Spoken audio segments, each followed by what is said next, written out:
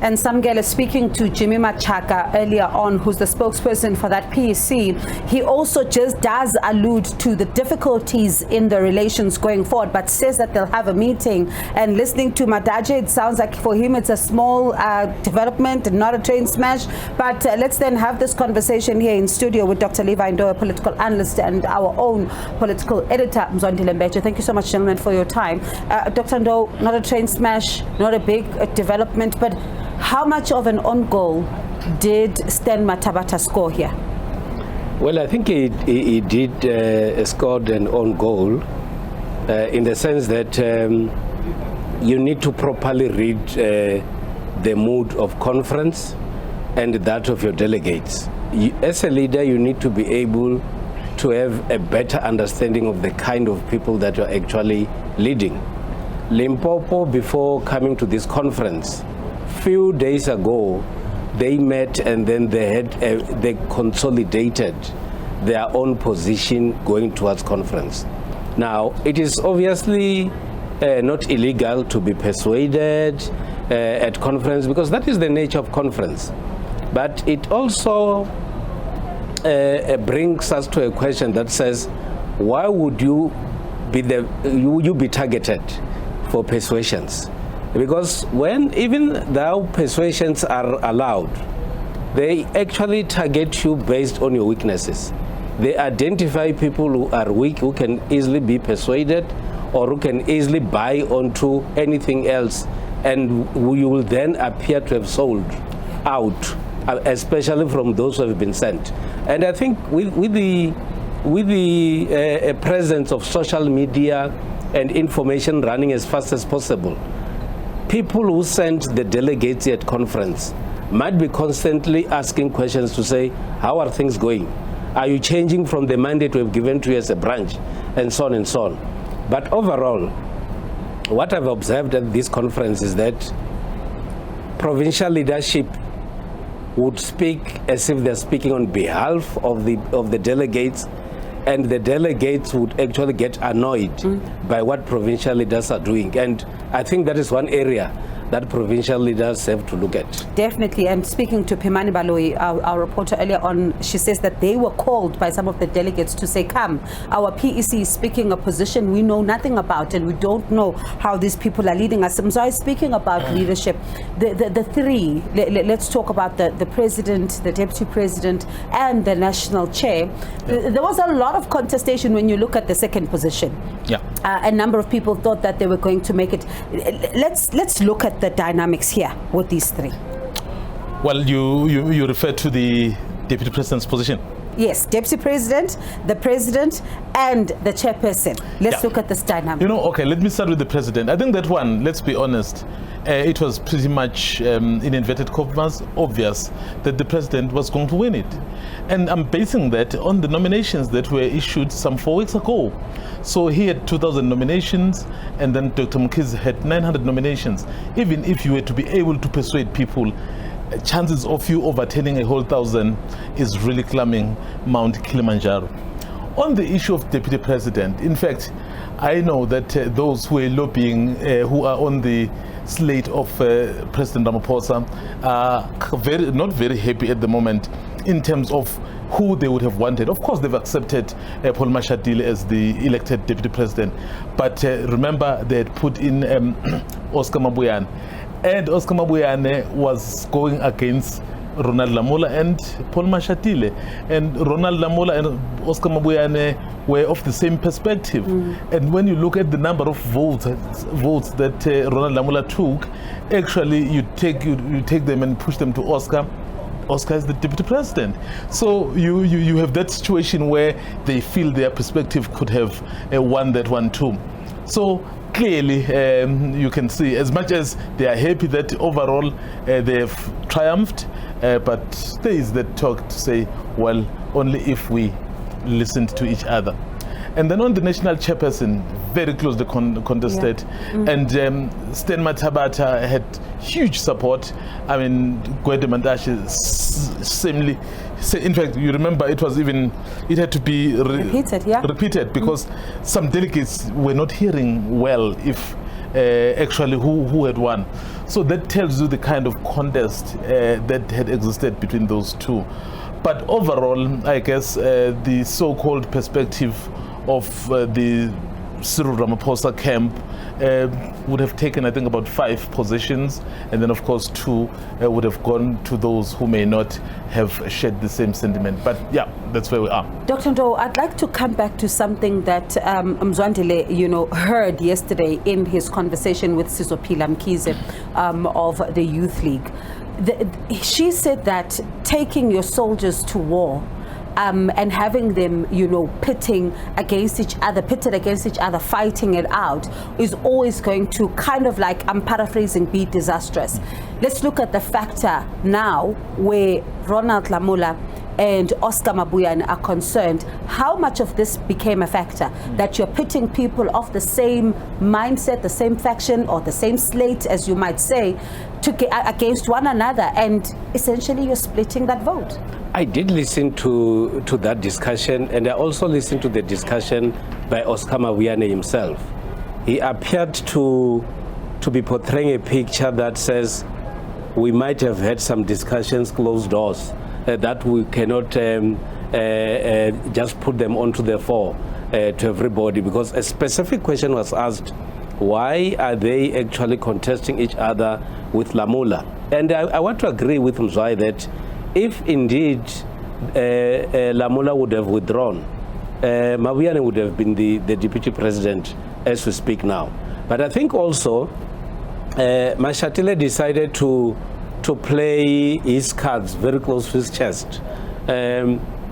He appears to have been moving and having discussions with both camps, and made sure that in the 11th hour, just moving towards elections, he has the support from both camps, and he actually surprised the whole conference. And here he is now.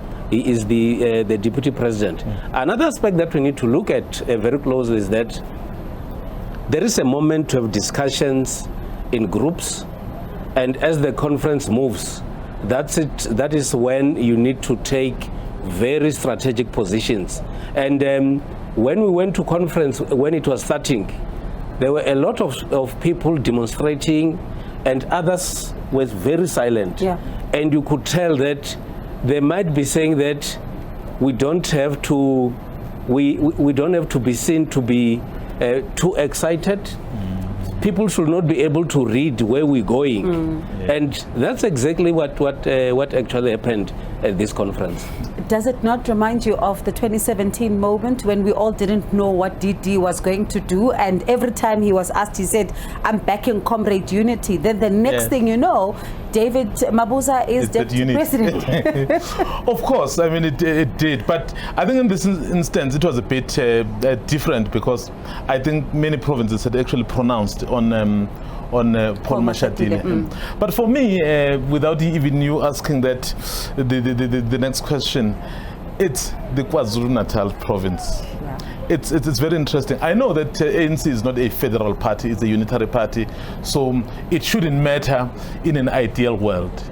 But we have seen that actually they bargain. In fact, that bargaining has to do with also provincialism. That's why we're speaking, as Doctor has been saying, that's why we're speaking about Mabuyane having lost out too, because they are looking at the provinces. For the second conference in a row, the biggest province to the conference goes home empty-handed. And then they had a candidate. And then you ask yourself the question, why? So clearly, there are many lessons that they will need to take back and learn. Politics is not, yes, in the final analysis, when that decision is made, it will be numbers. But before you get to numbers, you strategize, you look, you approach your strategy, and the people you engage with, it matters most. And Dr. Ndo, I was listening to Kenny Mapanga as well, speaking to Begicele about this very matter. And Begicele says, well, the fact that we didn't get anybody and we're going again home empty-handed is our fault.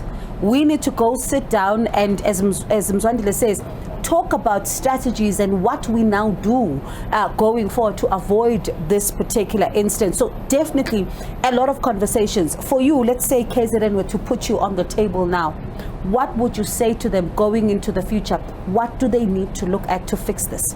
There are a few facts that we need to look at. There is a fact that KwaZulu-Natal is the biggest province of the ANC. And being the biggest province of the ANC does not mean that KwaZulu-Natal would dictate over other provinces. And when you talk about canvassing and persuasions, you need people that have humility. You need to say, this is a give and take situation. We have got our own preferred candidate in Zweli Mkhize, but if other provinces are saying they have numbers, they've come together, they have numbers, we can still compromise on our candidate and then request them to get a position if they also agree. The talk towards a conference was that KZN is not backing down on Zweli Mkhize. It's Zweli Mkhize and nothing else. Now let's go back to 2017. In 2017, KZN came to conference without planning for any other positions but NDZ. That is exactly what happened. And this year is a bit different. In 2017, NDZ was being supported by many provinces and the leagues. This time it wasn't the case. But it also takes us back to the question that we need to raise that says, is this the better way of approaching elections in the ANC? Because the manner in which the ANC is approaching its elections, it's now building on regionalism. And it has a potential to take the ANC to ethnicity. Yeah. And I think the incoming NEC and the Electoral Commission has to start looking at better ways to deal with this aspect. They appear to have dealt with slate politics, but they need to start dealing with regional politics, because it has huge negative implications on the party. Mzwai, did they misread, that is KwaZulu-Natal, did they misread the complexity of their province? Because you'd remember, the minute they came out to pronounce Dr. Mkhize, there were also others who are saying, no, we are backing President Cyril Ramaphosa, and others are saying this. Did they misread their own province as the PEC, would you say? It's quite strange, because a number of provinces had already pronounced President Ramaphosa. Not that they were bound by those pronouncements, but as Dr. Ndo is saying, once you pronounced on Dr. Zweli Mkhize and then you look at the balance of forces, and given that you are the same organization, and then you realize that perhaps the person that we thought was going to be the president may not make it, perhaps let's discuss. But it appears that, you know, there was something that was very strange. In fact, that's something that has also hit the Oscar Mabuya and Ronald Lamula situation. There was something very strange when they did these provincial talks, which I guess were commendable. So many of them had conditions. They would say, we are open to negotiations, but not on the president. So what's the point? So, because if you are open to negotiations, put your cards very open, and then, so I think that's why. So as they were discussing, they would say, okay, we're willing to see what you guys want to do, but not on this one. And then other provinces were exactly doing the same thing. In fact, I would say the other provinces may have felt justified, because someone could say Northern Cape has pronounced the same, Northwest, Limpopo, Mpumalanga. So you know those things.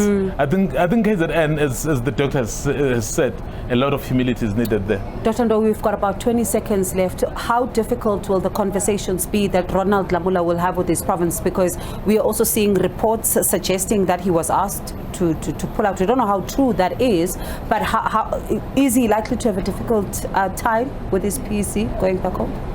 Well, we're not very sure about the discussions that took place behind closed doors, but it is in the nature of negotiations and persuasions that if you could see that you might not make it, the best thing is to step back, so that you give a chance to those who might also be able to make it. Another aspect that has to be the norm in the ANC is that sometimes it's not necessary to contest elections whilst you know the expression of the people on the ground, because you create unnecessary tensions and humiliations. At times we should say, I don't have the numbers, the best thing is not to participate and assist conference to move smoothly. Interesting times ahead. Mzwandile, I suspect a whole lot of sleepless nights for you as you now focus on January 8th. A lot of work that needs to be done there, and of course to see who is making it into the NEC. So our political team will be watching the story very closely, the finger on the pulse. SABC News covering you on all platforms, radio, SABC Plus, television, everywhere. So stay tuned to SABC News, and thank you so much for your time, Dr. Ndo and Mzwandile Beche. Iman, it's back to you.